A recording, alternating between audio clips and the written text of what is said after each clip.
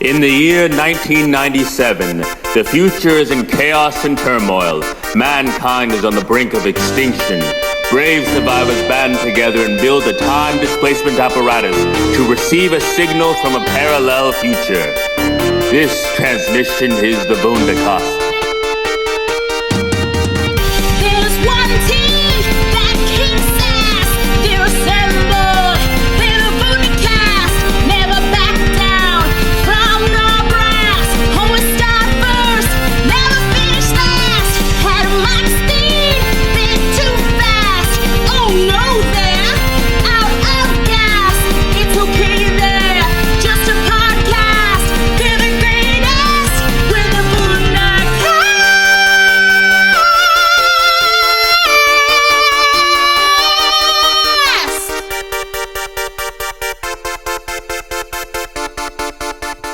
Welcome to the Vundacast, the home of the motherfucking myself and I gotta redo that. What? That's a great intro. Oh, the motherfucking Why are you myself. trying to cut down my self-esteem, man? Oh jeez. I liked it. You should leave it in. I am my motherfucking self, You and are.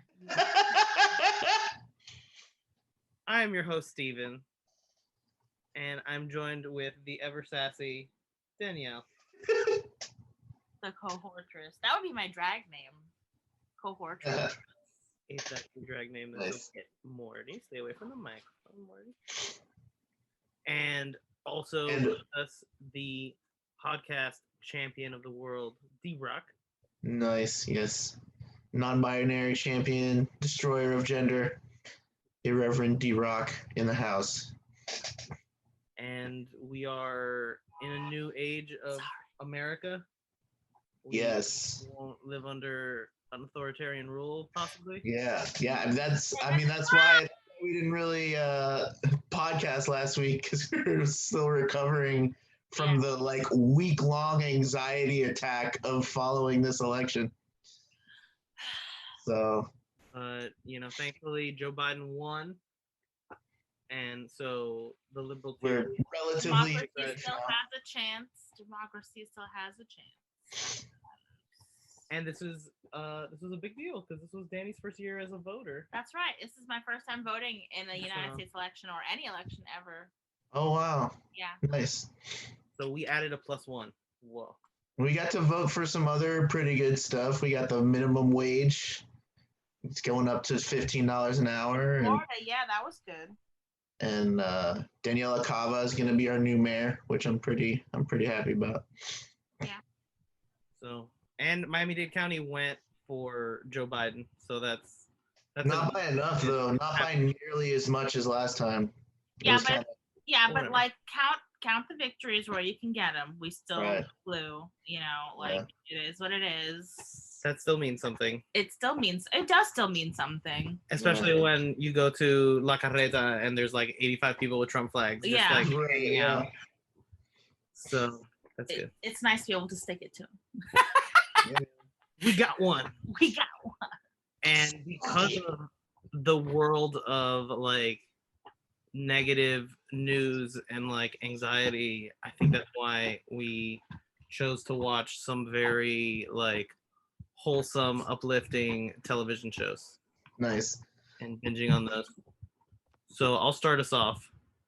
And me and Danny literally just finished watching RuPaul's Drag Race season 10. My guilty pleasure is reality TV shows. Yes. I love Supermarket Sweeps with Leslie Jones, and I like RuPaul's Drag Race because I love a reality show that lets the audience member feel like they have some sort of authority. I can look at someone's Well, outfit excuse and me, be like, though, "That's bad. But That's don't good." let him sit here and take credit because it was I, Danny, who introduced him to RuPaul's Drag Race when we were in London. So 2017, we're getting ready to do our engagement photo shoot in the countryside of England, and we're waiting because our photographer's gonna pick us up. And I'm like, I need something to watch while I'm getting ready and figuring out what I want to do to my face. So I put on RuPaul's Drag Race. And I'm just watching it by myself on the iPad. I'm thinking he's not gonna even care. He's just gonna walk Right. past it. And then he starts hearing it, and he starts like stopping. And it's all dick jokes Yeah. and cock jokes. And I'm like, yes, I'm here for this. He was very into all of the dick joke humor and all of the raunchy humor.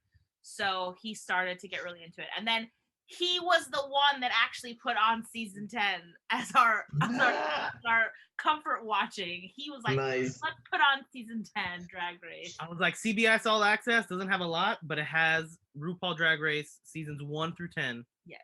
And Whoa. also the behind the scenes show Untucked, which was insane this season. Yeah. I wish I had Nice. more episodes now. This was a very intense season. I didn't realize that this and you know the funny thing is I probably can recall slightly in the distant echoes of my mind like rumblings about this season, but obviously I wasn't watching week to week, so I wasn't as involved. But yeah, the whole, you know, the conversation around Vixen and Eureka and all the stuff that was kind of happening on that show it's so funny because it felt very like living in 2020 now, it kind of felt like this echo of what is going on now. It felt like it took a couple years, but we're kind of like actually caught up to the conversation that was going on the show. And also just like there was just a lot of intense emotional shit going on in that show with like different people like really kind of exposing Their revelations and Yeah. their trauma, and a lot of bases were covered this season. and Oh my all God. the saves. They kept saving people, and then they kept like telling us we're gonna get to the final two, and now it's gonna be the final four, and then it's gonna be the final three, and then the final two. It was just like so much. It was a lot of. I cannot imagine what it must have been like watching this week to week. It must have been so stress-inducing. Just like. And RuPaul takes you into a whole nother universe from our universe, where Right. everything is glittery, everything is shiny, and I live for it. I love it. I learned something that I didn't know about the queens when they do Drag Race, and that's that they have to, or they feel like they have to put up so much money to even get on the show. And they were talking about how like Cameron Michaels was like, yeah, I like leveraged my house or something, like I put more into this than my mortgage payment. And then a couple of them like, yeah, and I'm just like, wow, I didn't realize that. Like that's a big deal. That's kind of an interesting discussion to talk about Drag Race, because obviously it's a contest and you're chosen, so it's not something that like, it's like Disney World. Nobody needs to be on Drag Race, but it's become such a ubiquitous part of like the idea of celebrity in the drag world, just like kind of like the idea of happiness in Western America is going to Disney World and seeing Mickey Mouse. So it kind of feels like the barriers of access to that, it feels like it's a conversation you could have, like a nuanced discussion. And then this season really showed how some queens like struggle, don't have the money to do it, and they have to be more creative and more crafty, and they have to do things like in a hurry, like in the minute while it's going on. It was Monet, right? It was Monet. She was Monet, like, and also the popcorn girl. What's her name? Monique Hart. Monique Hart. But like I think, was it Monet who was making the costumes all the time behind? It was Monique. Monique, that's right. Monique Hart was like making her costumes for every challenge. Like that week, she just brought fabric because she didn't have the ability to like have all these pre-made costumes ready, and she didn't have the repertoire. And I'm just like, wow, like that. I don't know, like. And that, then you could really see the white queens like Aquaria and Eureka. They brought a lot of their stuff. Yeah. Like from home, like they bought expensive things and brought it with them to help them compete. So the whole class race battle, which is apparent in Drag Race. Yeah. Wow. So it was very, very interesting. And season. the conflict between like Vixen and Eureka felt very like, and I like Eureka. I'm just gonna say this: I like both of those queens, and I did sometimes feel like Vixen took it too far. But I also think that she was like a victim of the editing room. They made her the villain of the season, and I think that was like unfair. And Vixen was like a Chicago queen, Yeah. and she was like a Black Lives Matter She was very political. queen and very Yeah. political, and they chose to depict her as like the villain of the season. They did. They really edited it so that especially if you weren't watching Untucked too, it felt very much like she was just getting angry at people all the time and taking offense and always being the one to kind of start drama because she was saying things. If a girl said something to her behind someone else's back, she's going to turn around and tell her like, oh, she said this about you. And so it's just kind of like, it was a lot of editorializing, but they do that every season. But like, you have to kind of discuss the implications of like, why make her the villain? You know what I mean? And especially when it was kind of like they made Eureka seem very innocent until like later on when she was tighter in the competition. And then you could actually really kind of start to see some of that behavior that you could totally see got on Vixen's nerves and caused conflict. And it was kind of like, yeah. It was a very interesting season. It was a very... It sounds interesting. Yeah, RuPaul had his Tyra moment for the first time ever in that season. With Vixen, which was kind of funny. I told Steven about Tyra moment. He's like, what are you talking about, Tyra moment? He didn't know what the whole Tiffany Tyra moment. It's like, for people who listen who don't know, the Tyra yelled at one girl like infamously on America's Next Top Model, which we would argue would basically be the whole like template to RuPaul's Drag Race. And it was a young Black girl who basically had, I think she just kind of had a case of, or at least they portrayed it on the show, she just kind of gotten defeated. She felt very like, why am I here? What am I doing? I don't know what to do. So she had a really bad week, and Tyra sent her home. She sent two girls home, her and the other girl. And because Tiffany wasn't reacting the way she wanted her to, which was like crying and begging to stay, she like lost it on her. And she's like, I've never yelled at a girl like this. And that's kind of what happened with Ru. Like Vixen walked off the reunion because she was like, I feel like I'm getting attacked again. And I feel like I can't, you know what I mean? And Asia O'Hara is like, oh, you know, we should be helping her. We should be trying to talk to her. We should be doing the right thing. I feel like we're not doing the right thing. And Ru's like, some people just can't be helped if they don't want to help themselves. And it was very like, okay, maybe you guys are seeing too much of yourselves in these people and you're getting up in your feelings about it. And you should examine that versus like what you really did, which was like, bye, get out of here. I'm like, right. Let's not talk anymore. But, you know, it sucks because it's like drama, but it's good reality TV, which is right, exactly what you want at the end of the day. Yeah.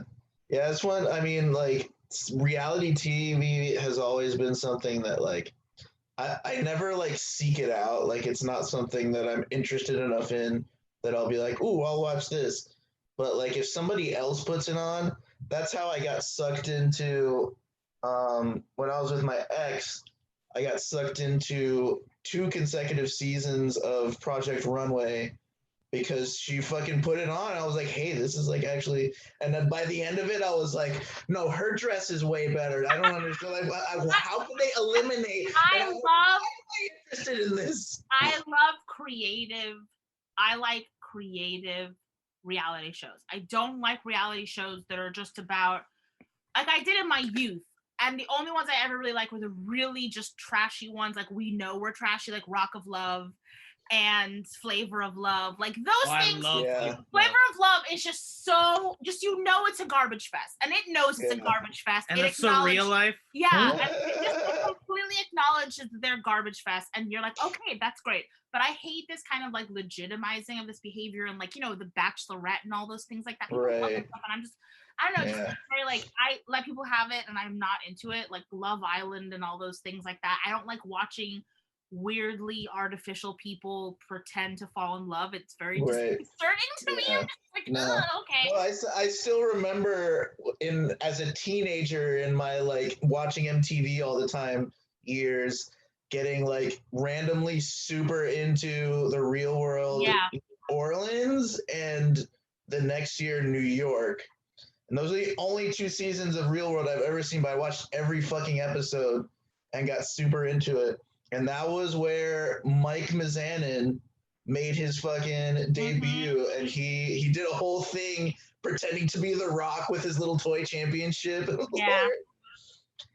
And I he remember called when women. What do you got call women? signed. Panty droppers. He had some horrible name for women. Was that? Oh, he was the worst. I hated him He was on awful. that show so Yeah. much. He was so racist. He was so sexist.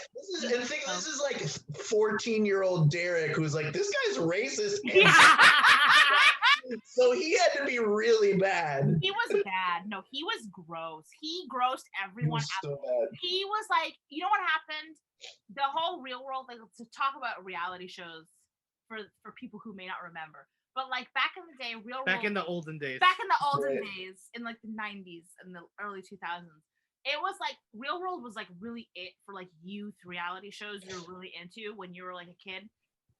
And all the shows kind of went along, and then one season there was that guy Puck, and Puck changed the game because he was such a dick to everybody. I think he was like season 2. Yeah, he made himself this like villainous character, and all of a sudden the reality producers were like, oh shit, this is what sells, this kind of shit. Because like the first Real World season was The one actually like kind of iconoclast of the Yeah. group.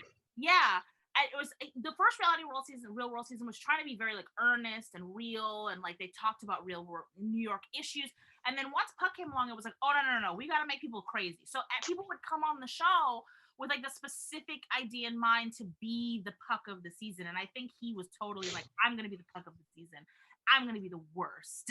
And the whole thing the whole thing that Dave Chappelle did with his, on Chappelle's show and having the Mad Real World, that whole that was like legit what he was talking about. Like there's always one black person who is just like the only black person, and everyone in the rest of the show is white and like basically unknowingly racist. So they're just doing these horrible things all the time, and the black person is made out to be like this crazy person who just like flies off the remember David like the big like black like with the amazing singing voice, and he was like the chillest dude ever, and he had like one freak out, Yeah. and he was like, oh, he's that dude.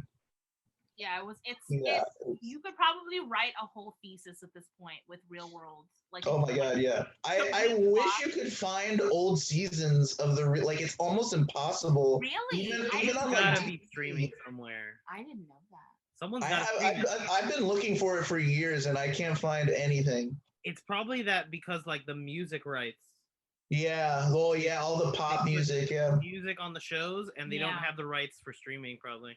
Well, Right. what they'll do, and it's better, I would almost prefer they didn't stream them versus like what they really do, which is when they just overplay terrible music. Like I watched Yeah. the Roswell on like streaming, and I was like, why does everything I like sound weird? And it was because they took every single song they couldn't get a right to and overplayed it with some garbage band that they found trash at fucking like Geffen Records, and they were just so bad. I was like watching Dawson's Creek streaming, and they have that terrible fucking intro song replacing the what was it? The I don't want to wait. yeah, I don't want to wait. Over. I want to watch reality TV. And it's like this terrible like caricature of a 90s alt rock song that they laid over it, and it's so bad. Apparently, all of the Real Worlds are on CBS All Access. They are? Yeah. No fucking way. Oh my god, I gotta get CBS Access. Apparently 92 aired 92. Well, we They gotta have verify. all the way up Holy to shit. season 32. I wanna know what we're talking about next week. I've watched all the Real World. I watched all of Hawaii. Oh my That was God. a good season. That was a Hawaii season. Was that the one where the girl got so messed? She was just had a horrible alcohol and drug Yeah, problem. that she had to The, leave. the first day they were there, she got alcohol poisoning and had to go to the fucking ER. What a surprise. Did you put 15 dumb 20-year-olds together with infamous amounts of alcohol and access to drugs? And I remember that like that was around the time that they started bringing back like all of these real world stars for all their other MTV shows. Oh So you yeah. can watch Real a World TV versus show. Road Rules Challenge. without like 4 dudes from another show on it. It's crazy. Yeah. I think that was also around the time that they were like, we need to like set these people up with a job so they don't kill themselves. It was, yeah. Oh man. Oh my gosh. Memories. What Yeah, have you man. been watching, D-Rock? So during the election week, in an attempt to distract myself from checking election results, I finally sat down and watched part 3 of the Chilling Adventures of Sabrina, which is such an awesome show. I need Oh to my God. It's so good. It's so, I mean, it's like, it's basically like a horror B movie, like TV show in the style of Riverdale. So like all like very like schlocky and like just like very, very much like doesn't take itself that seriously, but also has like all these like cool fucking like monsters and demons and shit. And like this season that there's a you know a contest between Sabrina and what's his name? Fuck. This Prince of Hell, I forget his name.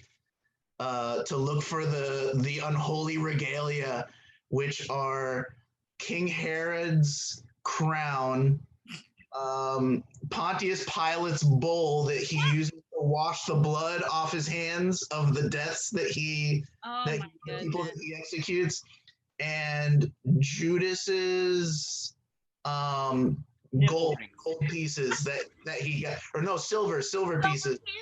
The silver pieces. Yeah, and they have a contest to see which one of them can find them first, and the winner gets the throne of hell. It's just like, this is just a microcosm of how like amazing and silly and ridiculous this show is, and I love it so much. And there's a trans character, and it's treated so perfectly and beautifully, and he gets a love interest this season that I was super excited about, and then I got a little bit angry because it seemed like they were gonna like take away Theo's happiness, but they didn't. They ended up doing it right, and I was very excited about that. So yeah, Chilling Adventures of Sabrina. The new season is coming out, or the part 4, and this is gonna be the last one, is coming out on New Year's Eve. So I'm pretty excited to see where they take this, because they've gone in so many insane directions, like bringing in Lilith, who is Adam's first wife, apparently, in some, you know, some traditions, and bringing in all these demons, and just like, it's so delicious, and there's so much going on, and I love it. You know, I started watching that show, and the one thing I have to say is I struggle with, and I still struggle with, the weird fuzzo-vision they do whenever she's in the woods. It like hurt my eyes. So, but I liked the show, and I liked the characters, but the fuzzo-vision really started to bother me, and I had to put it down. It's kind of weird that they switch into that like weird like fisheye thing. Yeah, you get what I'm saying? Did they do that the whole time? Do you get used to it ever? Like, it was hard. They don't really. I mean, I think they don't do it quite as often as the show goes on. Okay. I don't remember. It doesn't. I mean, I don't know. It's hard to say because it didn't really bother me that much, so I don't really notice it that much. But it is a thing that, like, you know, and it's done for a reason to like show something about, like, something different is happening, and you're supposed to notice something. But yeah, it is kind of weird. I used to watch the old school Sabrina like a lot, like Melissa Jones, Sabrina, and the anime. I've been meaning to check that out too, because I've heard good things about it. It was an adorable. It's very cheesy and cute. Type of yeah, of course. It's 90s type of show. Right. But I remember Salem was the bomb.com. Salem is awesome in this too, but he doesn't get to do much. Oh, the other thing that is amazing about Chilling Adventures of Sabrina is Chance Perdomo. Period. Oh my god, that man is so goddamn sexy. I just can't and you can't really get an idea of just how sexy he is in pictures because he has these mannerisms that just make me sweat and just He's oh my the god. one that's like her friend, but He's her like, cousin. Her cousin, that's right. Yeah, I know. Yeah. I remember him. I do remember. He is him. oh my god. Yeah, I remember him. And he's like inhumanly charming. Like a human being shouldn't be able to be this charming. Yeah. Do you approve, Danielle? Of course I approve. I told you I started watching the show. Okay. I remember. Yeah, it's good stuff. It's good, and it's season 2 like ups the ante so much. There's one thing I didn't like about like there's the at the end of season 1 they take it in a direction they sort of take it in a direction that as somebody who knows people who are pagans or identify as witches was a little cringy. Mm-hmm. But the way they handled it going forward in season 2 made it kind of clear that, oh, this was like not a good thing necessarily that she did. Like it was a morally ambiguous thing and she's struggling with having done it. So I liked it better after that. But the rest of it is, I mean, it's just so, they do it so big and it's like, it's just so much fun and there's so much teen drama and it's just delicious in so many ways. Nice. What else has been on your watch list? So I watched a couple movies, also trying to distract myself from the election. Actually, only one of them.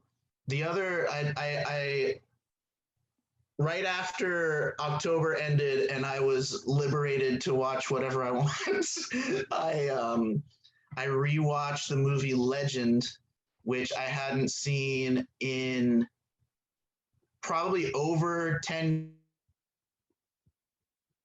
years. I hadn't seen it since the first time Danielle showed it to me.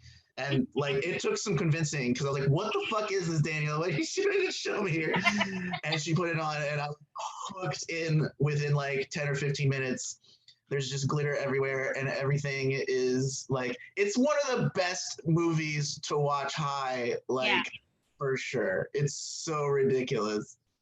And I love it. You always forget how much glitter it's like it's snowing. It is. They literally on set, it was just more glitter. The fans going so much. And that entire crew got glitter lung and died 15 years later. Every time. No, and then there's and then there's fucking Tim Curry as the devil. Like, how can you go wrong?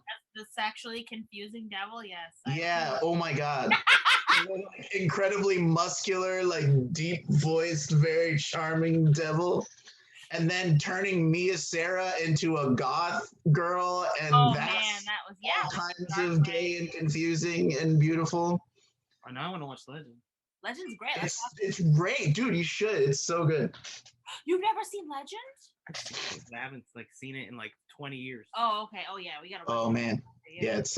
I think honestly that movie should be right up there with like Labyrinth and like Dark Crystal in terms of like those like high fantasy kids movies that are like actually really. I feel like for his whole life, Tom Cruise has been running to escape Legend because Legend was his true self. And he is afraid of that. And he's spent his whole life running to escape because he was like a sexy, young little boy wearing a very short tunic, like running around. He is such a soft boy in that movie. Yes, it's adorable. He's so soft. He's never been that soft ever again. Even when he does good performances, those performances always have this hardness to them. You know, like when he did Red, White, and Blue, and he's like a vet, and he's still very born hard. In Vietnam. Like born on the 4th of July. Thank you, born on the 4th of July. Why did I say Red, White, and Blue? Oh well, anyway, it's fine. It's all the same. Collateral. So he's always like the cocky, brash character. Yeah, but even when he's like in the 80s and 90s. even when he's playing vulnerable, it's always like caked in this layer of like angry, drunk, or like rage. That Right. really was like the one movie he's ever done where he's just so soft. He's Yeah. such a soft boy. He's just like a little like running around with unicorns, like magic and stuff. And then he like He's just a little imp. He's so it cute. is. It's so I love it. I miss that Tom Cruise. Tom Cruise, get back to that. Just Right? come on, reunite with that part of yourself, Tom. Become an elf, Tom. Yeah, exactly. Yeah. You know, the closest he got was Lestat. That was like the closest he yeah. ever got again was Lestat. And then he was a vampire, so he probably was like, well, I can still suck blood and kill people, so I'm tough. Right. Yeah. He's dead, so like he can be soft. Mhm. But that was like it. Like Lestat. I think Right. those are my two favorite roles of Tom Cruise is Lestat Yeah. and the little boy from Legend. I can't remember his name. I don't know. Did he have a name? I don't even know. I know, it doesn't even have a name. Little boy from Legend. Little boy.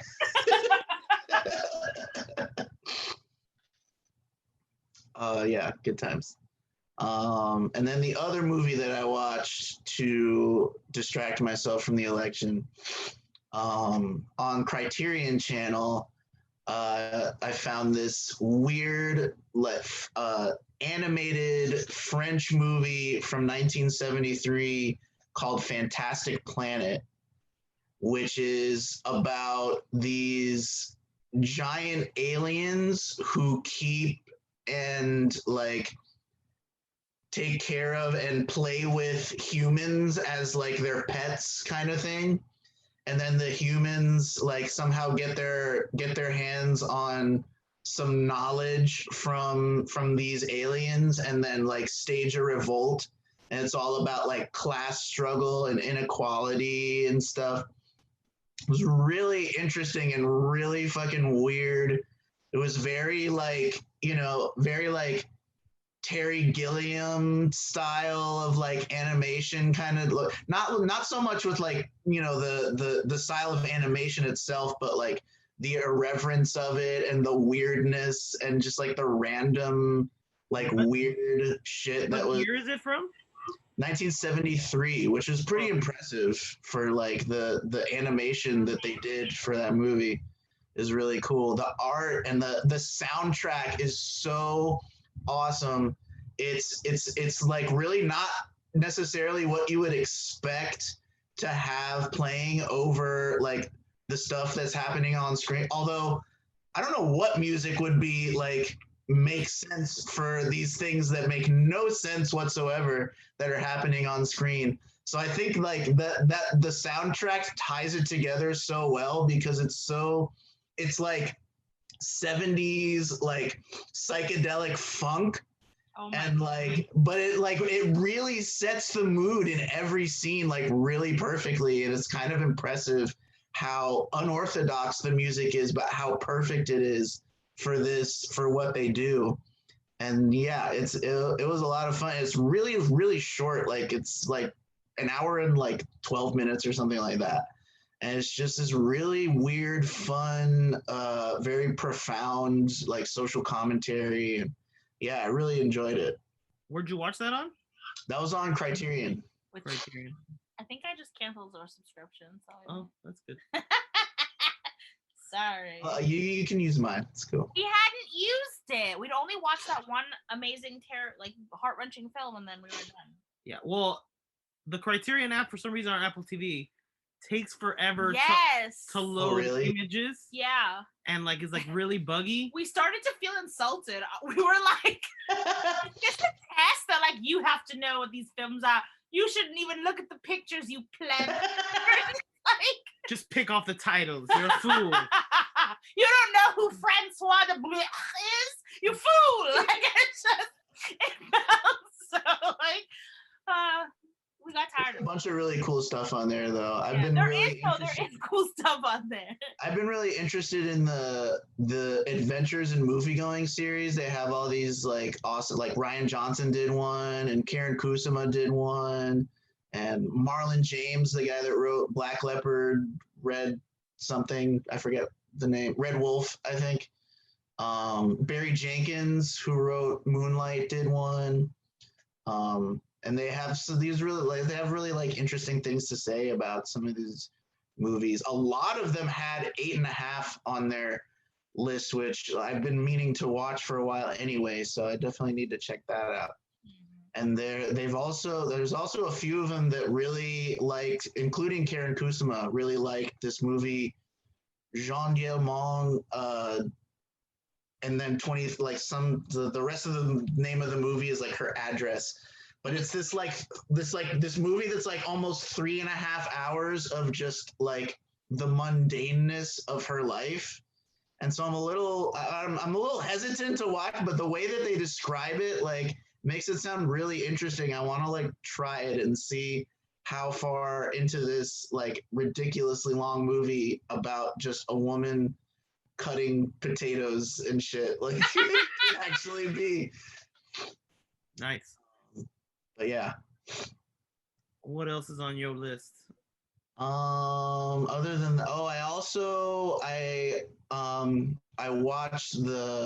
I finally got around to watching the Netflix one of their little mini series type things called Unorthodox, about this woman who grows up in a Hasidic Jewish community called Williamsburg in New York.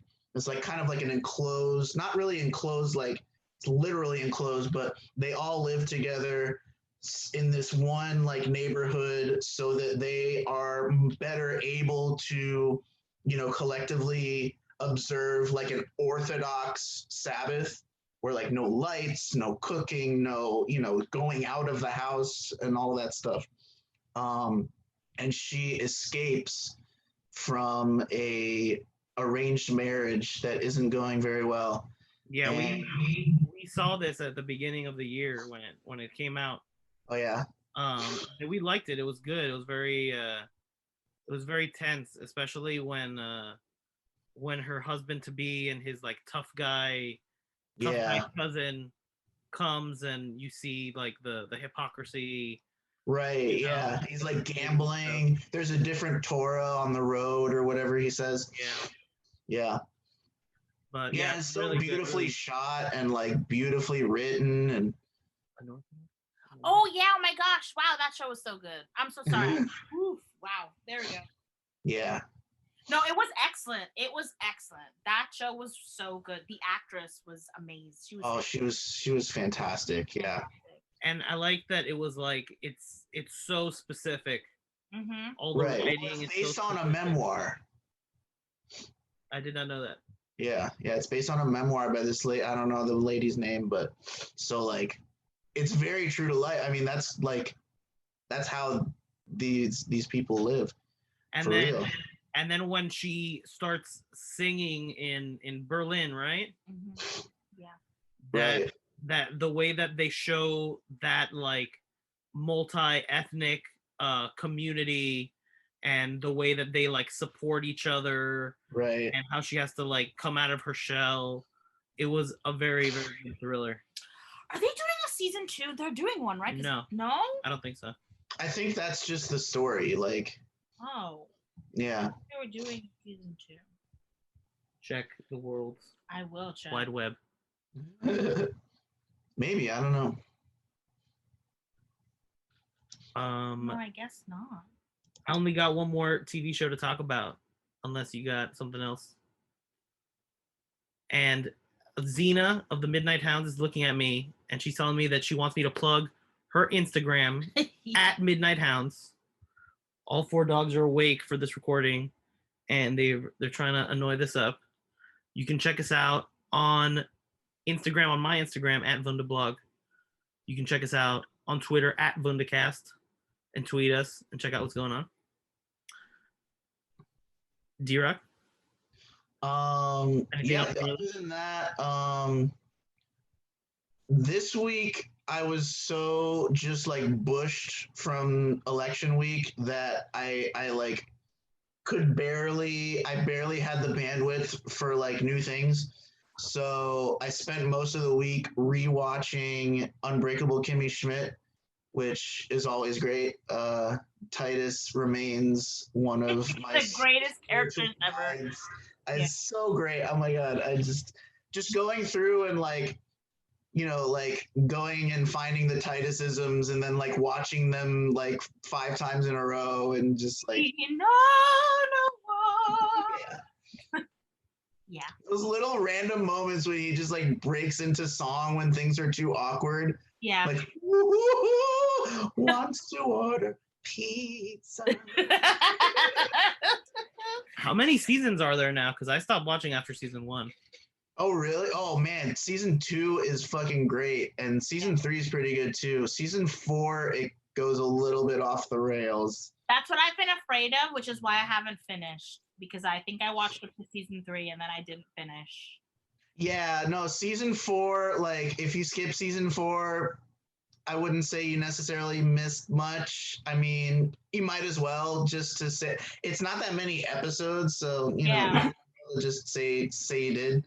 But it's not it gets way too weird. It kind of does a, you know, Aqua Teen turn and goes from like super weird to just like too weird.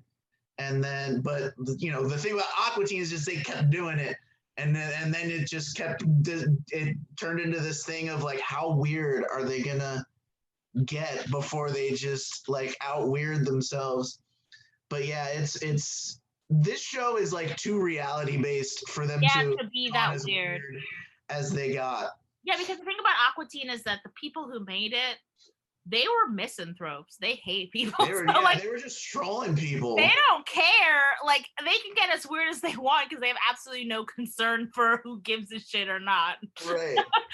And ended up going like, I don't know how many seasons of that show there were until they finally like 10 or like 15. I don't even know.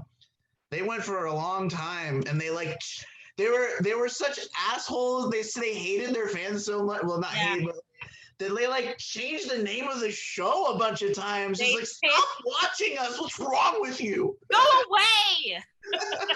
Make us stop doing this. So the final thing that we watched that is just a breath of fresh air. It is like a warm, cozy sweater of a TV show. It's available on Apple TV Plus. It's starring SNL's Jason Sudeikis. It's called Ted Lasso. I heard a lot of glowing reviews about it, and I was like, how could a show get so much glowing reviews? And the premise seems very thin. It's based on a character that Jason Sudeikis did while he was doing SNL for NBC Sports to promote the Premier League soccer they had going on. He created like this American football coach who is learning about the rules of soccer for as like a running bit to promote their Premier League coverage on the network. And he turned it into this Apple TV show that is about this this college football coach who won like in like a small division in college and had like a social media clip of him dancing in victory that went viral. And then the new owner of this football team, this soccer club in the UK, she's trying to get back at her ex-husband.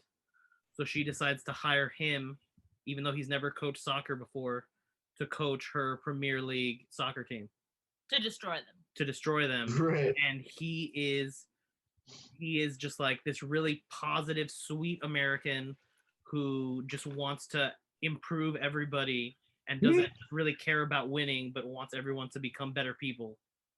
And he's going through his own relationship problems that going to Britain kind of helps him get away from.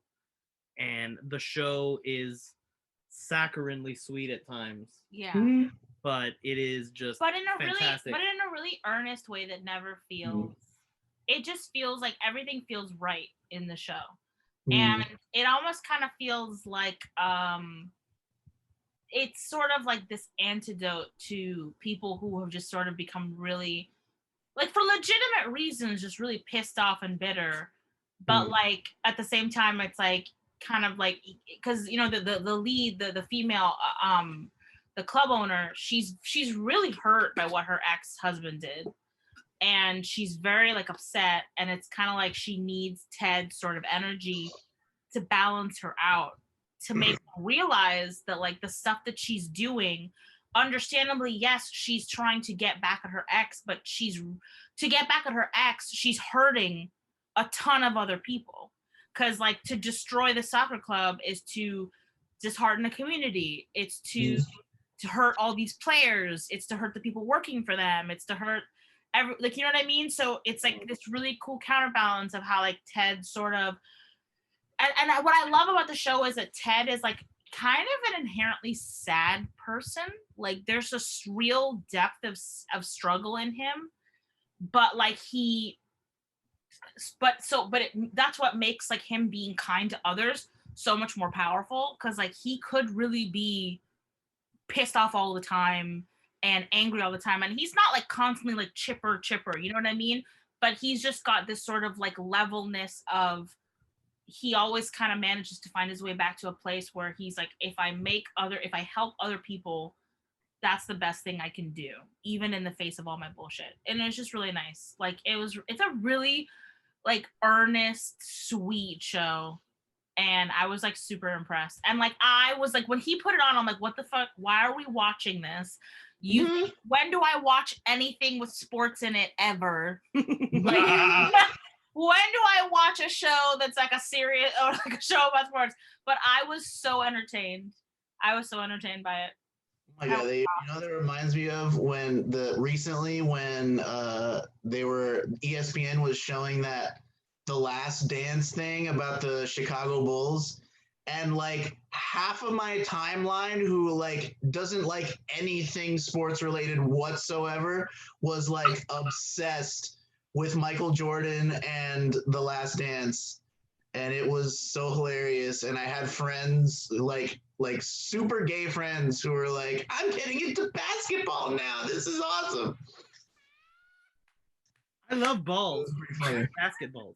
That's always like, you know, This is just so much drama. Like there's so much drama in that show. Like it's hilarious.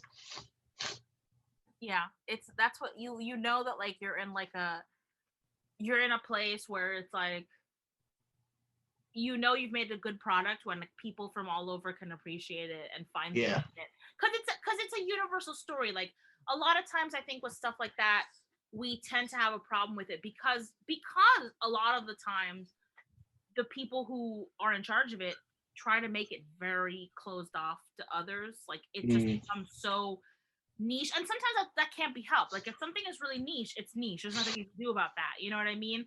Right. Like, but sometimes you kind of break through to the universality of like human stories, so it works for everyone. Yeah.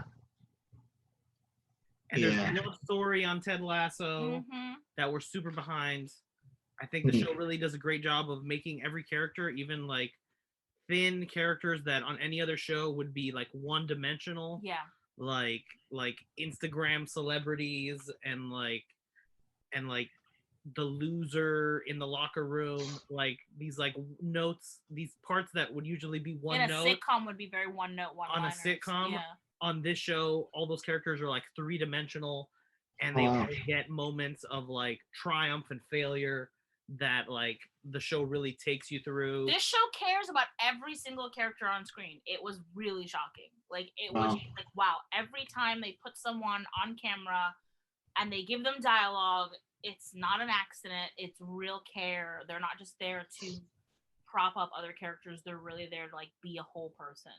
And Apple TV Plus just has like really good TV shows. Like, yeah. So far we watched 2 of their TV shows, and both of them left us like with our jaws on the floor. We watched The Visitor. Oh, that's right. We watched The Visitor. Which was, right. I guess that would be the one that we were less impressed by, but it's still very interesting. It was still a very good show. It's creepy. The Visitor with M. Night Shyamalan. The other show on our list is Mythic Quest, which is fantastic. It has the worst title. Yeah. But it's like the best show. And that's what's so frustrating is I feel like people don't give it a chance. Right. Because it has the worst title. Like, I just wish they could go back in time and change the name of the freaking show. Because, like, it's just like it sounds like it's some sort of like game show for gamers, like a Twitch game show. And it's not that at all. And I would argue that this year they did a COVID special, and it was the best, one of the top 5 COVID specials of the year. The number one COVID special of the year. It was emotional. It was powerful. Most people would do a COVID episode, and most people's COVID shows are just light, just trying to be fluff. Yeah. Their COVID show was like, no, we're continuing storylines. Yeah. We're using this dramatic power of COVID-19 to enhance the romance and enhance the storylines. Our hopeful potential romance, cross fingers romance. Yeah. Wow.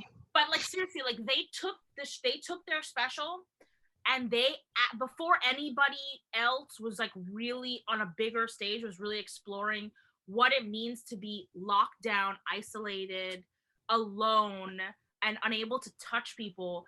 Their special was literally talking about that, using continuing storylines from the season, and it was beautiful. It's beautiful. I almost want to rewatch it now because it was so beautiful. I do. It was really beautiful. They talked about the loneliness of having to work when you're under lockdown, the depression, the fear, the anxiety, all that stuff that can really make you just go crazy.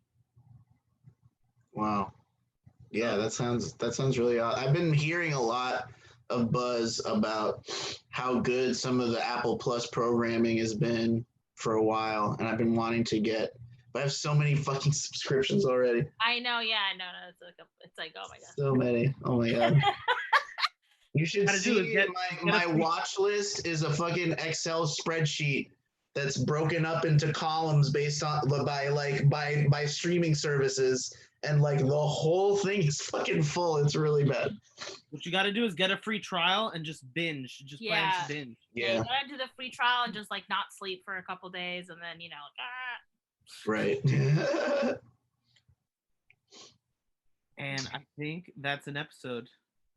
We're gonna talk about the Mando at all? Oh, Mandalorian. Oh yeah, great. Yeah. There's another. Whoa, more shows! Oh my god. I thought all this world was just glitter. I'm scared now. I don't even know if I want to talk about the Mandalorian after what happened this week. I know. Oh my god. Once again, Star Wars disappoints me. So me and Danny haven't talked publicly about Star Wars in a long ass time. Since probably last February when we reviewed The Rise of Skywalker. Yeah, last February. Yeah, this past February. Whatever the heck. It feels like 8 years ago. It feels like it's 8 years have passed. I get it, but you know. So The Mandalorian is obviously a very sensitive subject for us. We loved season 1. We actually got to see the first 3 episodes the night that episode 1 came out. They did a special movie theater event for Lucasfilm fans that we were able to go to on Miami Beach. So we saw the first 3 episodes on the big screen with a bunch of Star Wars fans, and we've been praising The Mandalorian since then. Obviously in the off season, the climate of the world has shifted and combusted upon us, and just passed the leak into Star Wars discourse. Yeah. But I don't know. So we're talking about just the last episode or the whole season? The season so far. Yeah, because I just watched all of them yesterday. So. Oh, season 1 and season 2? No, the season 2. Okay. I saw season 1. Yeah. I'm gonna say I think my problem is that I have to preface it now, and it sucks that I do. Yeah. But I kind of feel like all of the goodwill that they had with me is gone. Right. So I'm starting very much from a place of I don't trust you, but I still kind of want to see what you got.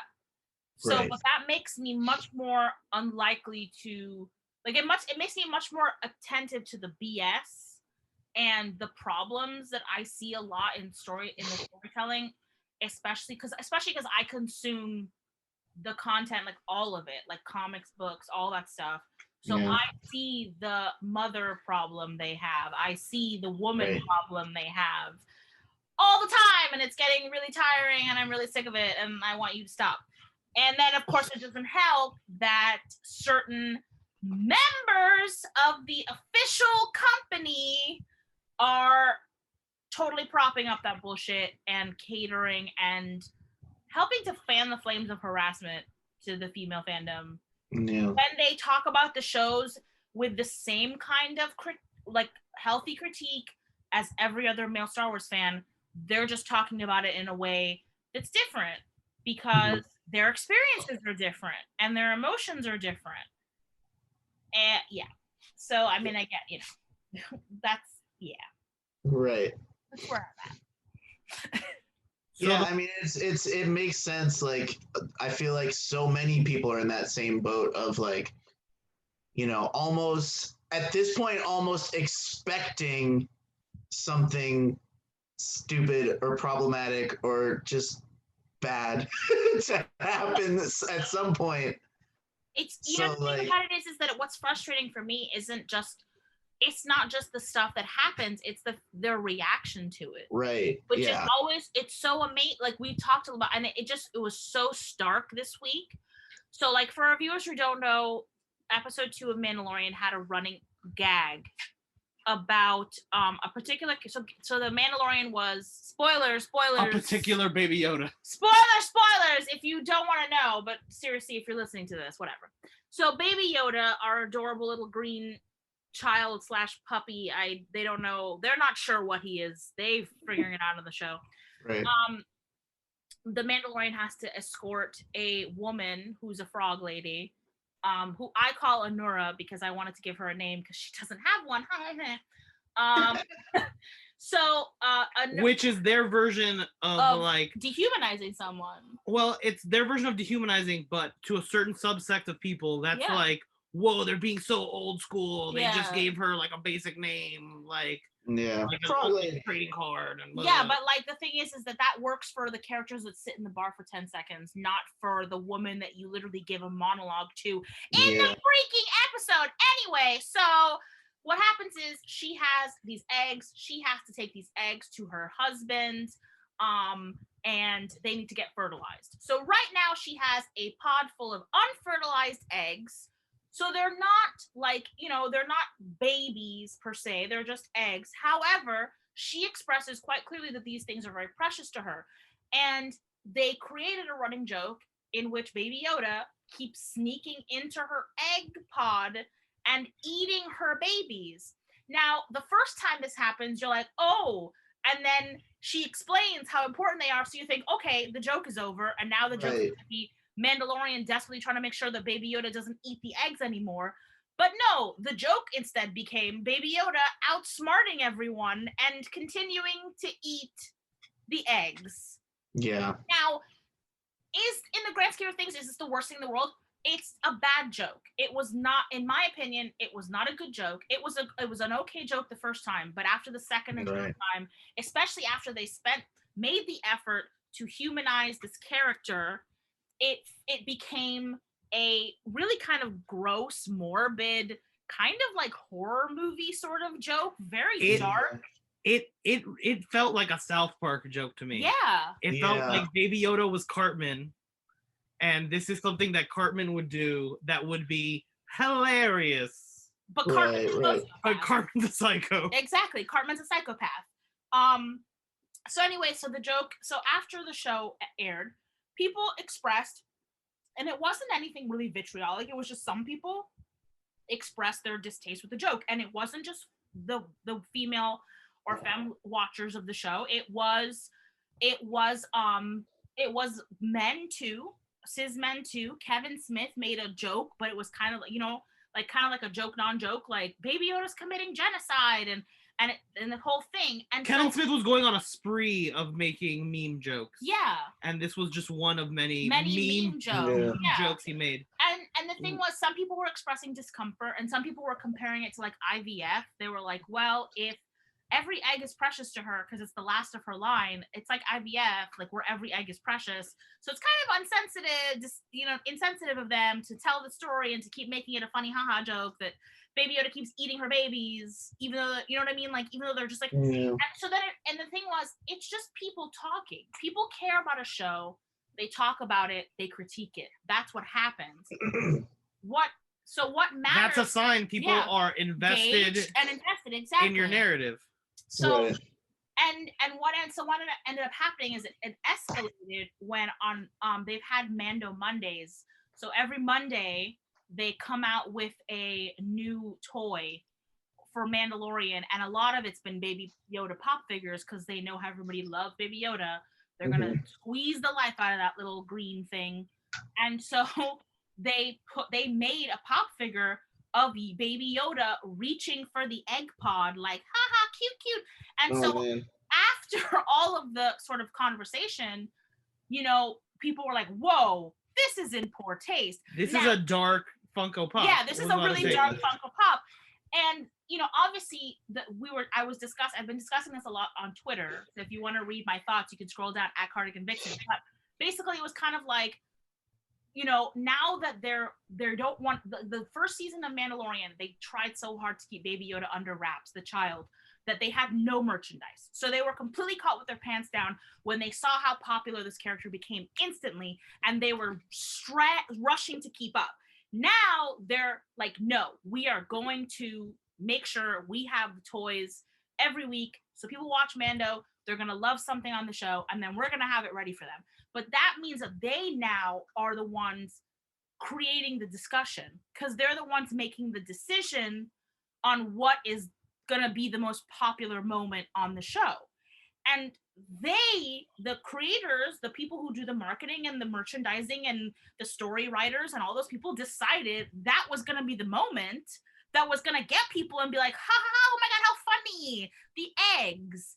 And it became not that. It became very controversial. It became a discussion point, and it became kind of like a point of contention. So all of this is normal Star Wars stuff, guys. Like, this is what it is. The problem becomes there were people from the actual Star Wars working at Lucasfilm, Phil Shostak, who does all the wonderful art of books for the films and does a lot of work for the Star Wars movies and shows. And he's a historian. Lucasfilm. But he comes out and defends the joke and tries to say it's like horror humor. And people kind of went into his mentions and were very kind. Like, nobody was being rude. They were explaining to him, like, hey, this is why this isn't that funny. What it's a bad joke. Like, let it go. And then it got even worse when Pablo Hidalgo, who is the head of the creative team at Lucasfilm, like the story group of Lucasfilm, comes out and in his private, but see, I'm using private in quotation marks. When you are on Twitter, if you have a locked account, unless the only people that follow you are you yourself and your mama, okay, your account is not private. If there is somebody who can screenshot your account and put it out there to the world, you have to assume that you have some privacy, but not enough. You know what I mean? And you know this. You understand this. And he comes out and somebody wrote an article on IO9. A man, by the way, not a woman, came out, wrote an article, and he quote tweeted the article and started to make really gross, inappropriate, ironic Gen XC jokes about welfare queens, the frog lady being a welfare queen, gender fluid Baby Yoda. I mean, I don't even want to go through all of them. They're just really, and it just kind of felt like it became very apparent because it's kind of like Kelly Marie Tran was harassed off the internet. Daisy Ridley was harassed off the internet. John Boyega was harassed constantly, racially attacked, treated like garbage.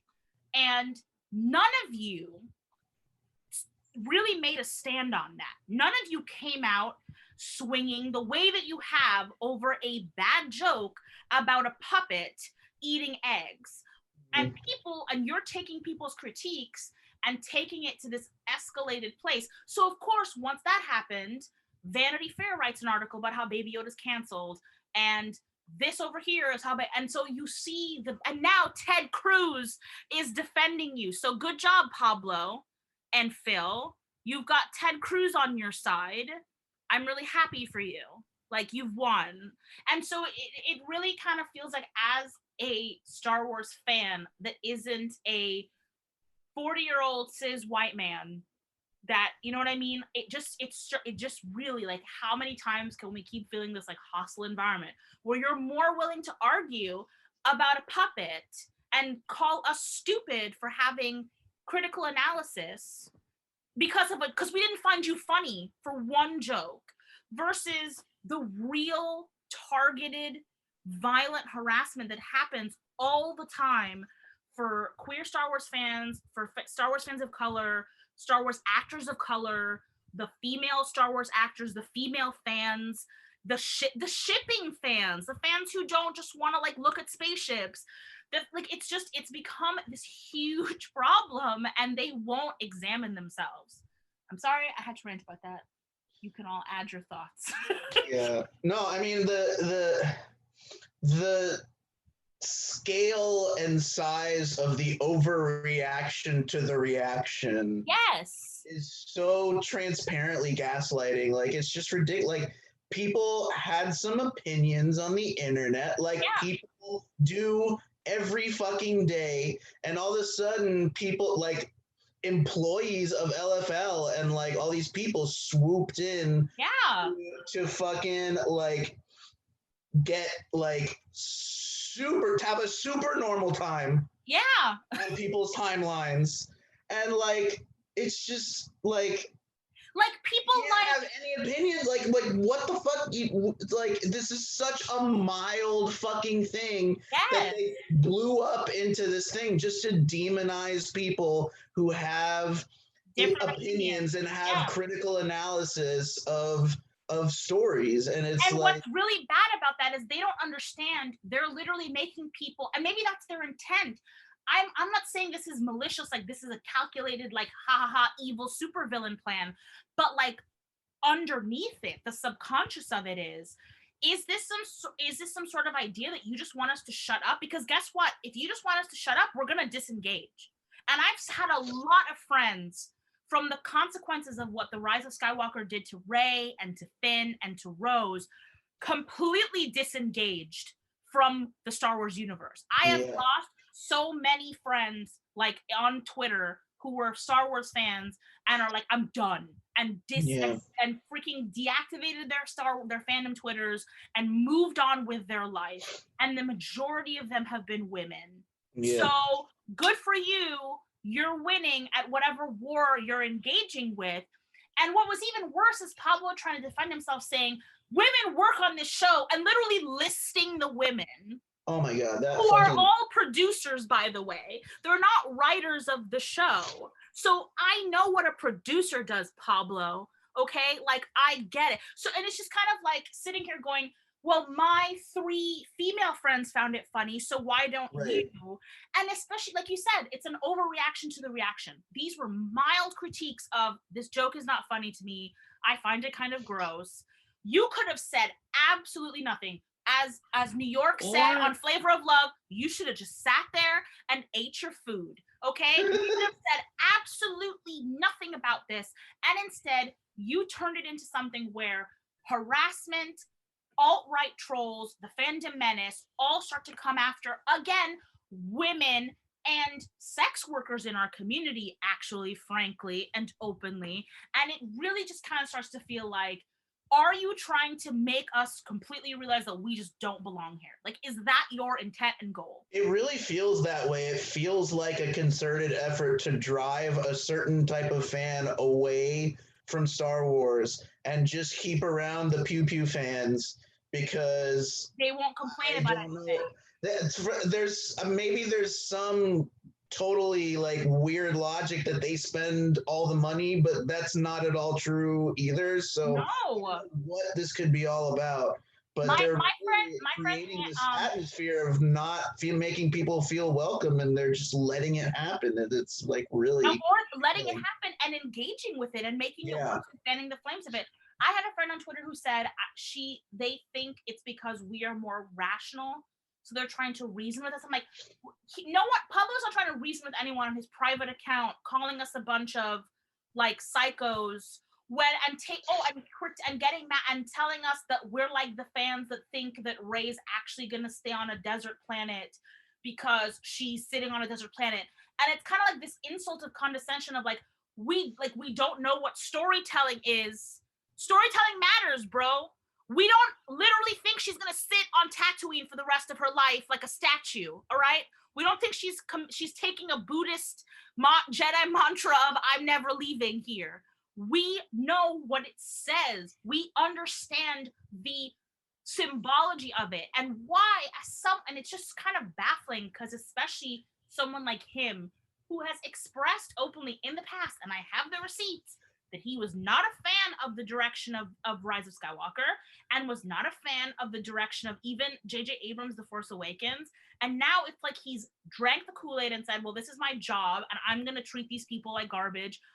But it's really shitty because it's like the Phantom Menace, that's the whole point. The fact that they have a name and an organized community of people whose entire identity revolves around hating on any ounce of diversity, change, a new perspective on these characters, a new perspective on what this stuff is, and have spent years harassing, threatening, cajoling, treating both them and us poorly. And now it feels like you're batting for them, and it's really freaking weird. Like it's just, and the whole like drama over it is so manufactured by the people who are reacting to the reaction. Yeah. Like the reaction was so mild, and then people swoop in and characterize it as so like detached from reality somehow. And let me like the whole, what's so stupid about it is if it was just the one joke, we wouldn't even be talking about this. Exactly. We wouldn't even be talking about it. Just that one time. And even if it would have been the exactly the same the way that they did it without the last scene. Really, you're gonna put it in the last scene again? Like how more like that's the point where it goes from, oh, this is just kind of a bad joke to this is kind of morbid. Yeah. And like if they hadn't done that, no one would even be talking about it probably. No. And like there are moments in that episode that they easily could have said, oh look, now Baby Yoda learns his and that's one thing that I was happy about in the third episode 3, that he finally does learn his lesson. He makes a connection with one of their babies, and he gets sad when he tries to pull him away, and he's like, oh no, I want to play with the baby. But you could have done that in the second episode. Like the first time he does it, the lady goes and like hugs her fucking babies. You'd think any rational being would see that and be like, oh, those are probably really important to her. Maybe I shouldn't fucking try to eat them. And he's a baby, so obviously he's a kid. He's behaving like a kid, but then that's up to the Mandalorian to parent him. And I get concerned. I'm like, why aren't you willing to lean more?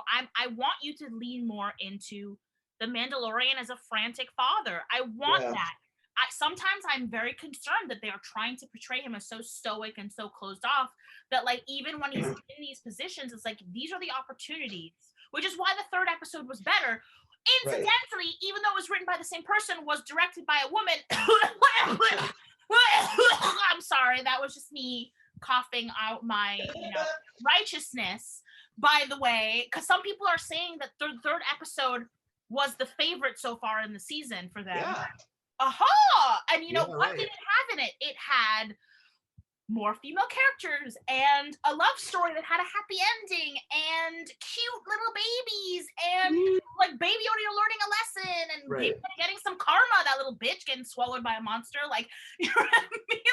But I'm saying that's when it doesn't make sense. Like the to me, the whole point of season 1 is this guy comes into this story as this very stoic, emotionless character, and the whole journey he goes through in that is he finds this baby and it causes him to feel things again. Yeah. When he had been repressing so much, and he was a trauma victim, repressing all this stuff, and he finally like learns how to feel feelings again because he, you know, happens to encounter the cutest being in the fucking universe and becomes a surrogate father. And now they're like, why are they leaning away from that? That's his whole journey as a character.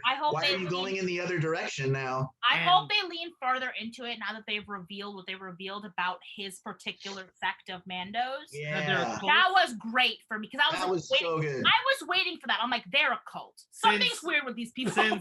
Since we left that first night and watched the first 3 episodes, we had been talking about how something happened in Mando culture to change them so dramatically. Yeah. And we thought it was like a genocide, and it still seems like it was kind of a genocide. But at the same time, now we're seeing that it's a there are other ways. Yeah. It was a schism of belief. It's a schism of 2 different ideologies.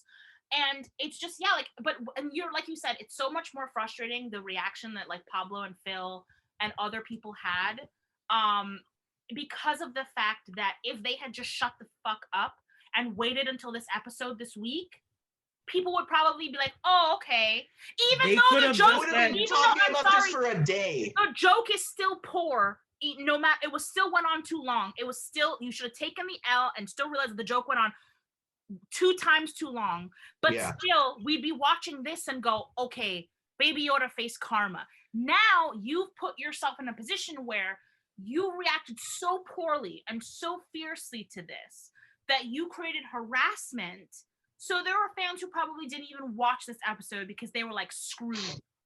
Yeah, right. I saw some fans that were dead. I was kind of discouraged. Like, what this all happened before I went back and caught up on the first 3 episodes of season 2, and it made me kind of not want to watch it because then I have to like have an opinion about the egg discourse, TM, and like I don't want to. It's just so dumb. Like, this would have gone away. This would have gone away in a day.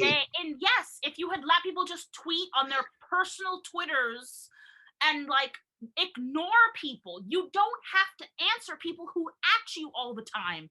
You can turn it off. And if it was somebody directly asking you about this, you could have just told them to keep watching the show. Yeah. Right, see how the story plays out. Whatever happened to that old school tune in next week, kids? Like, come on. Like, and no, I have a friend who, like, I'm not going to name them or like give away, but they are in the business of like, they are in the business and they do a lot of like business with show people. And they're like, the lack of social media policy at this point with the Star Wars people is becoming a huge liability for them. Yeah. Because so many of these, and it's true, because so many of these dramas have become so like manufactured by their behavior.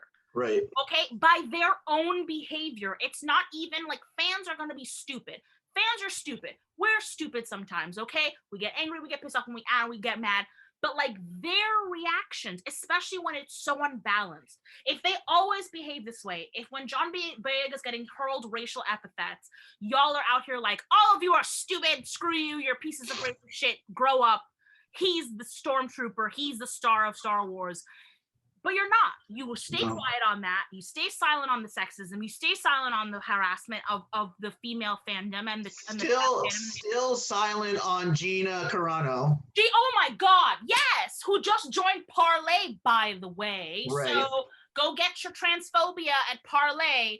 Like, it's just sitting here like you literally have someone on your show right now who actively is dealing in conspiracy theories and transphobia. And you won't say a word, but an egg joke that we didn't find funny. It kind of they blow that shit up. The only thing that seems hurt here in this moment was your egos, because you all found it funny behind the scenes enough to make a pop figure of it, and we were like, nah, no thanks. Right, exactly. And this whole discourse has taught me that one of the most vicious insults you can give to somebody that really cuts them down is if you tell someone they're not funny. Especially a man. Oh, yeah. I'm sorry. Yeah. Like, telling a cis man he's not funny, especially if you're a woman, it's like you might as well have just shot him in the foot. with an actual gun and a bullet. Like, they get so thing about that. Because I'm sorry, like, that's what I saw. I saw a bunch of men who, as far as I know, are cis, straight men. I know Pablo's straight because he's married and he's never expressed otherwise. I don't know, but I'm just assuming. Like, they have always, it just was a bunch of straight dudes, like, telling me how, like, how dare you not laugh at the jokes we all found funny when we were making The Mandalorian season 2. Yeah, exactly. And it's like, chill the fuck out. Like, chill the fuck out.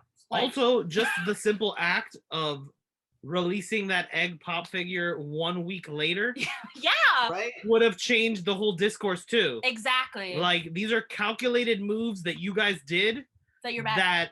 that backfired on you. But this is also my problem. I understand them wanting to have merch for each drop so that they can sell things, but I really do think them trying to versus the organic reactions to what people found funny in the first season, which was Baby Yoda with the tea, Baby Yoda eating the frogs, Baby Yoda, like, you know, waddling around his little thing, versus now where they're trying to figure out what's going to play to the audience and making something first.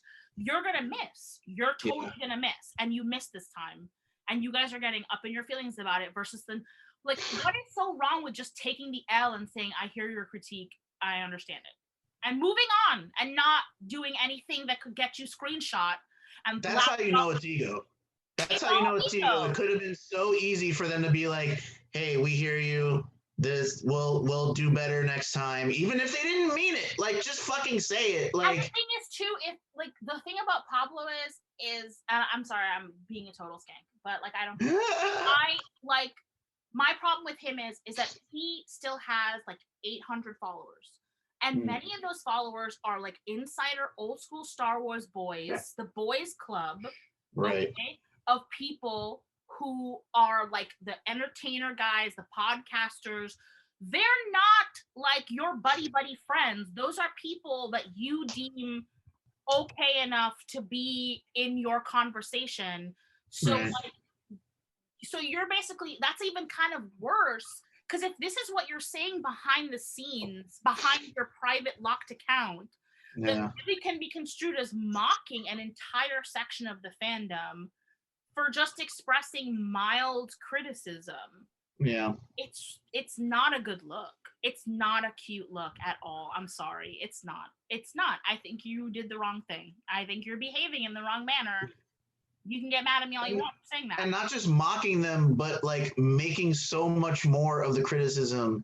Yeah. To make them look insane. You're trying to portray a certain sect of this fandom that had just very mild criticisms as like completely unhinged and worthy of being mocked by everybody else. Never mind that you're mocking them, but everyone else should too.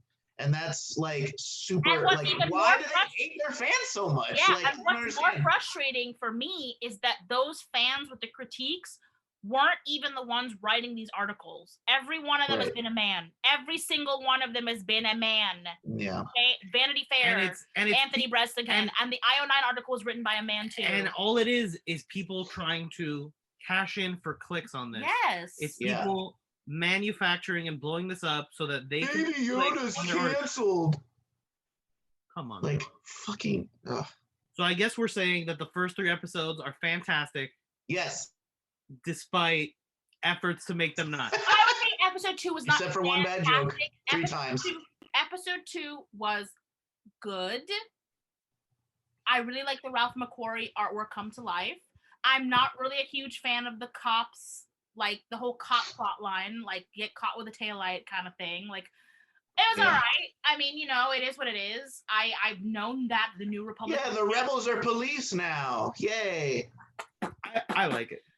I only like it if the commentary becomes that they shouldn't be like that, but whatever. Right. I look forward. Well, they let him go, so. Yeah. I look forward. Well, I look forward to rebel pilots getting donuts later in the season and misfiring their guns and doing full Ralph Wiggum impersonations, hopefully. Yeah, man. It's just, I do like, we should say some, you know, talk about some of the, like, the many good things that happen in these episodes. As opposed to... for me, the first and the third episode so far has been those have been really good for me. I The really Crate Dragon is so sick. Oh my god. and I loved the Seaport, Star Wars Liverpool, Yeah. as people have been calling it online, like in this episode. I loved it. Yeah. That's the kind of stuff I want to see. I want to see like that cool sort of world building things. It's like it makes me so happy. There's an example of a good joke where they're trying to land the cruiser and it falls in the water. That's funny. We laugh. I was especially excited to meet Casca Reeves or Sasha Banks. Yes. Oh, yeah. And Fuck she yeah. has to be a badass Mandalorian. And She was like super emotional about it too on her Twitter. She was like, she actually put she acted under her real name. Yeah. Mercedes Varnado. Mercedes Varnado. Which is Snoop Dogg's also last name. Because they're cousins. I'm so proud of her. She did a fantastic job. Yeah, she was good. Like, especially like I know this is probably like her first acting gig ever, and I'm like really happy for her. And I think to me, I know I've seen some people. I know this is turning into a whole episode, but I don't care.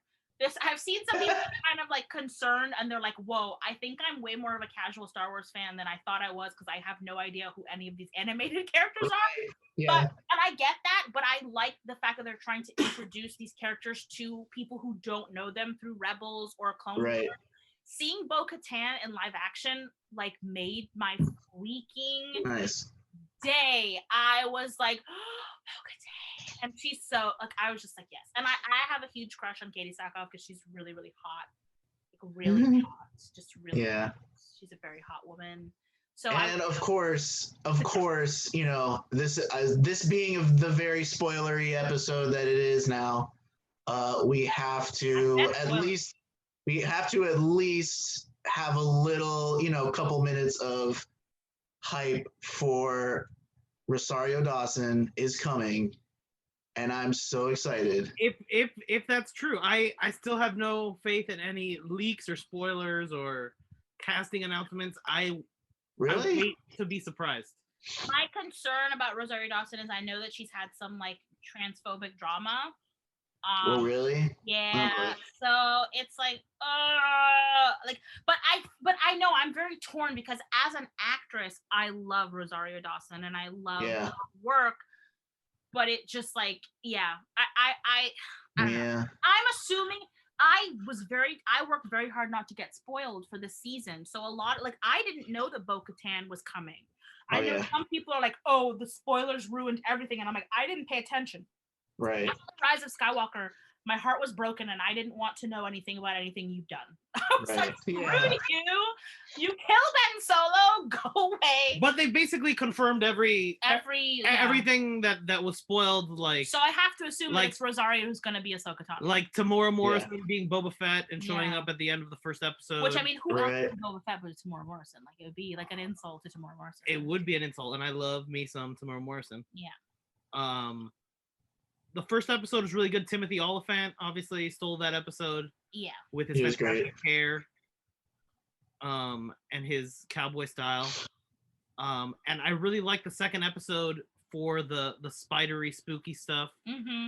And I love the production design of how the Mandalorian's ship, the Razor Crest, has already had all of these looks this season. It has this net look. It's had this spider web look. It's had like this like horrible battle damage look, and I live to see all of those details come to life. Yeah, and I think that it's good because it tells us that's the best part of Mando, which I really appreciate, which lacked in Tross for me, was the use of like real strong visual storytelling to kind of talk about the character's journey, which I wish I could get enhanced more and more. Like watching the ship kind of be beat up 15 Ways to Sunday is very much about his desperation to sort of like find out where he belongs, his belonging to take care of this kid, to figure out what to do, and his sort of like and also the way he keeps getting shaken up and being shown that there is more than one way. There is not only one way. There are other people in the world, and he has to come to reckon. I mean, I always appreciate anytime like a long running like show or story, like any kind of like even the example that comes to mind is the Dresden Files book series by Jim Butcher, where throughout those books and like within each book and like even from one book to the next, the Harry Dresden, the main character, like collects all of these injuries progressively and they don't go away. Like he has to deal with them so that's kind of the same journey with like the Mando shit of this kind of visual story being told of all this shit he's been through and how it's affecting his ship. And his ship is like falling apart by the time we get to episode 3 and he has to get it like, redone, in the most bootleg way possible, which is so hilarious. It was amazing. Like, this is the best you can do for 100 credits. He just like doesn't even say anything. I'm really excited, and I'm excited to see if like maybe coming down the road, if this cult that he's in, if maybe the armorer who was the big female character from last season, will she become a villain now? Will her, look become more ominous now, or will the interactions that he's had in the past take on a new, more, will there be like connotation? Will there be like conflict between the sects over like who will get the dark saber first? Like. Yeah. It's exciting. It's exciting, yeah. Yeah. It's exciting. And I really want to see Din get to a place where he takes his helmet off more often. And he's more vulnerable, like literally on that level. Yeah. And I think that's where it's going, because now we've been confronted with 2 old school characters that were like are dehelmeting.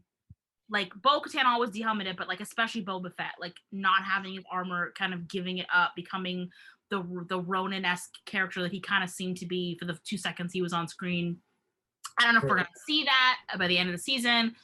I don't know. I'm excited, and like I just really hope that forevermore, even though Star Wars hurts me just as much as it makes me happy sometimes, right now in this world, I just really hope that the people behind the show, like, I don't know, just be better. Just be better, please. Like, stop. Just be better. Do better. Make better. Like, all I'm gonna say is I'm just gonna my last thought is I miss Kiri Hart a lot. I miss that bitch. No. Kiri, come back. No, don't come back. They're horrible. Just come back though. Just come back for me. Just for me. Yeah. I miss you, Kiri. Ryan, where's your trilogy? Ryan. Anything else, D-Rock? No, that I think that's a good note to end on. The pained whimpering of Danielle. I love Star Wars so much. You guys can't even see my room. It's covered in it. It's like I'm living in my own nightmare. You're wearing a Rise of Skywalker shirt and you hate that movie. Bought it before the movie came out. Oh God. We have talked glitter. We have talked demons. We have talked eggs. Eggs. And we survived. We did. We did it. I have been your host, Steven. I've been Danny. And D-Rock. And remember, kids, just one time, you just eat the egg once, and then the following jokes are about the guy stopping the baby from eating eggs. That would have been the proper comedic formula for having somebody who's having their last brood of eggs for fertilization. Don't humanize the comic relief is what I'm trying to say. Right. If you wanted this frog lady to be less sympathetic, you should have had her eat some like baby flies that are like crying and whimpering in pain. Oh God. Okay, now end this. Oh my God. This Remember Kids has gone so far off the rails. Remember, kids, it's a family show. Keep it lighthearted. Fuck you, Pablo Hidalgo. Hail Vunda. Hail Vunda. Vundacast? Give it Yeah. up for Vundacast, man. What an adorable name. You're listening to the Vundacast. What's up, everybody? This is Jason David Frank, Green Ranger. You're listening to Vundacast.